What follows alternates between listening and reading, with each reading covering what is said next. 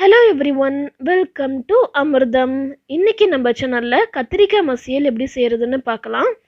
இது இட்லி தோசைக்கு ரொம்பவே சூப்பரா இருக்குங்க. நான் இன்னைக்கு பிரஷர் குக்கர்ல செய்யறதுனால இந்த ரெசிபி நம்ம ரொம்பவே சீக்கிரமா செஞ்சிடலாங்க. வீடியோக்குள்ளார போறதுக்கு முன்னாடி நீங்க என்ன அமிர்தம் சேனல் சப்ஸ்கிரைப் பண்ணனா சப்ஸ்கிரைப் பண்ணிக்கோங்க. பக்கத்துல இருக்கிற பெல் ஐகான் கிளிக் பண்ணிக்கோங்க. அப்படியே 3 ஆப்ஷன்ல ஆல் கொடுத்துருங்க. அப்பதான் நான் போடுற வீடியோஸ் உங்களுக்கு உடனே நோட்டிஃபிகேஷனுக்கு வரும். இப்போ வாங்க வீடியோக்குள்ளார போகலாம். காய்கறிலாம் கட் பண்ணி வச்சுருக்கேங்க. 2 மீடியம் சைஸ் வெங்காயம், பூண்டு, 2 பச்சை மிளகா, ஒரு சின்ன தக்காளி, 1 கப்பில் கத்திரிக்காய் கட் பண்ணி வச்சுருக்கேன். அடுத்து ஒரு ப்ரெஷர் குக்கர் ஹீட் பண்ணிக்கோங்க. இதில் 2 கரண்டி அளவுக்கு எண்ணெய் சேர்த்துக்கலாம். எண்ணெய் நல்லா சூடானதும் 10-12 பூண்டு சேர்த்துக்கோங்க. பூண்டு கூடவே நறுக்கி வச்சுருந்த வெங்காயமும் சேர்த்துக்கலாம். கூடவே பச்சை மிளகா, கொஞ்சமாக பெருங்காயத்தூள் சேர்த்து நல்லா வதக்கி விட்டுருங்க. வெங்காயம் நல்லா பொன்னிறமாகணும், அது வரைக்கும் நல்லா வதக்கிடலாம். பாருங்கள், வெங்காயம் நல்லா கலர் மாறிச்சு. இந்த ஸ்டேஜில் 1/2 ஸ்பூன் அளவுக்கு இஞ்சி பூண்டு விழுது சேர்த்து நல்லா வதக்கி விட்டுடுறேன். இஞ்சி பூண்டோட பச்சை வாசனை கம்ப்ளீட்டாக போயிடணுங்க, அது வரைக்கும் நல்லா வதக்கி விட்டுடலாம்.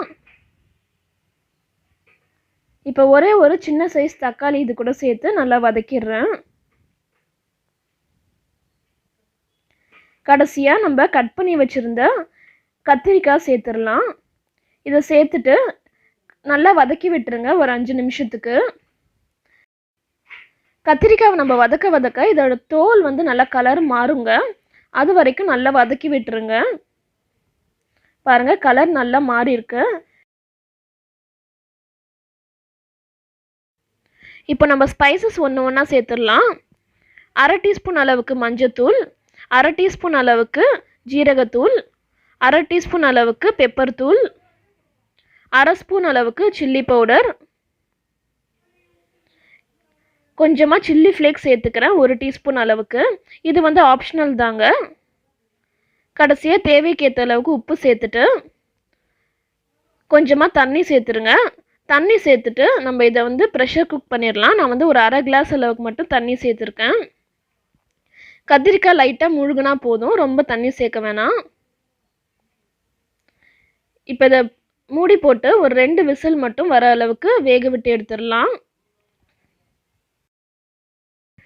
குக்கரில் செய்கிறதுனால நம்ம இதை சீக்கிரமாகவே செஞ்சு முடிச்சிடலாங்க. இப்போ நான் ஓப்பன் பண்ணி காட்டுறேன். பாருங்கள், கத்திரிக்காய் நல்லா வெந்து நல்லா சாஃப்டாக வந்திருக்கு. இப்போ ஒரு மேஷர் வச்சு இதை நல்லா நான் மேஷ் பண்ணி எடுத்துடுறேன். உங்ககிட்ட மத்து இருந்தாலும் நீங்கள் இதை லைட்டாக அப்படியே கடைஞ்சிடலாம்.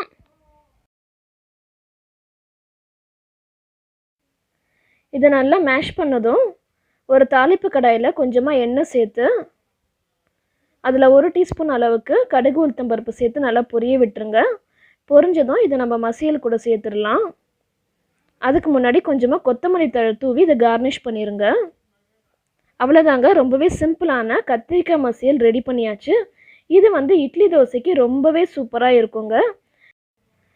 குக்கரில் செய்கிறதுனால இது 10 to 15 மினிட்ஸில் நம்ம ரொம்பவே சீக்கிரமாக செஞ்சிடலாம். இந்த ரெசிபி கண்டிப்பாக நீங்களும் உங்கள் வீட்டில் ட்ரை பண்ணி பாருங்கள். அடுத்து நல்ல ஒரு ரெசிபி வீடியோவில் நான் உங்களை மீட் பண்ணுறேன். இந்த வீடியோ உங்களுக்கு பிடிச்சதுன்னா லைக் பண்ணுங்கள், உங்கள் ஃப்ரெண்ட்ஸ் அண்ட் ஃபேமிலி கூட தவறாமல் ஷேர் பண்ணுங்கள். மறக்காமல் அமிர்தம் சேனல் சப்ஸ்கிரைப் பண்ணிடுங்க. தேங்க்ஸ் ஃபார் வாட்சிங் அண்ட் கீப் வாட்சிங். பாய்.